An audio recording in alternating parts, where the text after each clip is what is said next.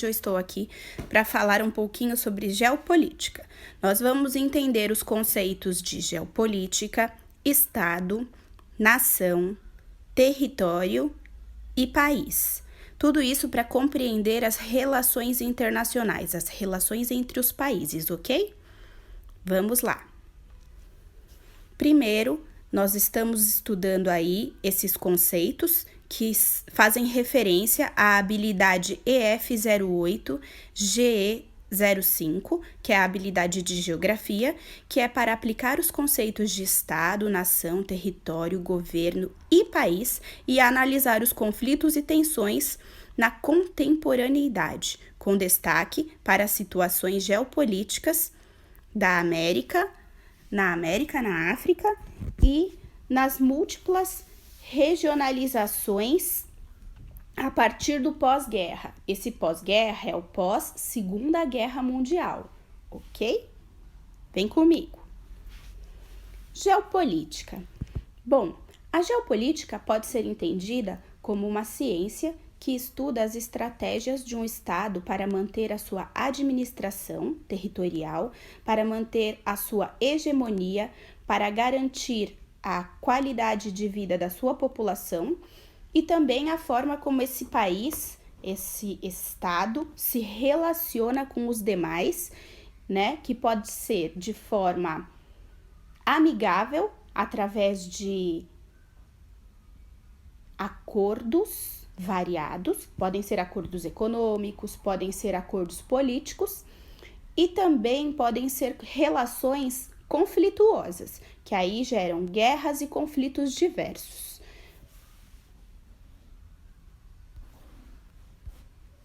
Estado, país ou nação. Esses três conceitos, eles são muito interligados, eles estão relacionados de forma muito íntima, então muitas vezes é difícil separar cada um deles. Mas eu vou tentar separar de uma forma simples para que vocês possam entender um pouquinho. Para começar, o Estado. O Estado é uma organização política e jurídica. Ele tem um governo e esse governo é dividido em três poderes: o poder legislativo, o poder executivo e o poder judiciário.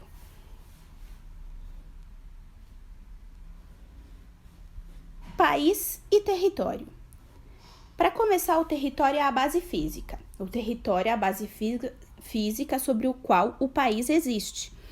Esse território pode incluir solo continental, subsolo, espaço aéreo, solo insular e território marítimo, sendo que alguns países, por exemplo, se existem em ilhas, eles vão ter o território insular e não o continental. Eles terão o seu território marítimo, por exemplo. E outros países podem não ter nem solo insular, nem território marítimo. Depende da localização geográfica de cada um deles.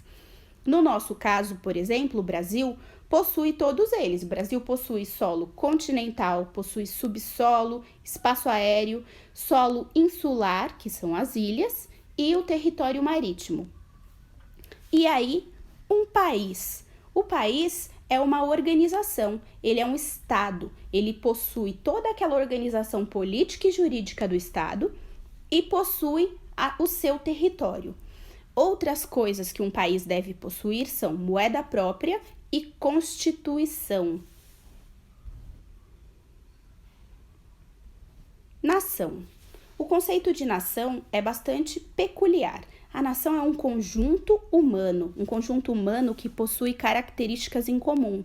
Quais são essas características? A língua, base religiosa, cultura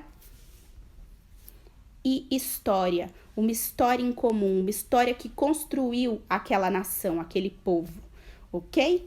Algumas nações possuem um país, um território. Outras nações não, como, por exemplo, um povo chamado curdos.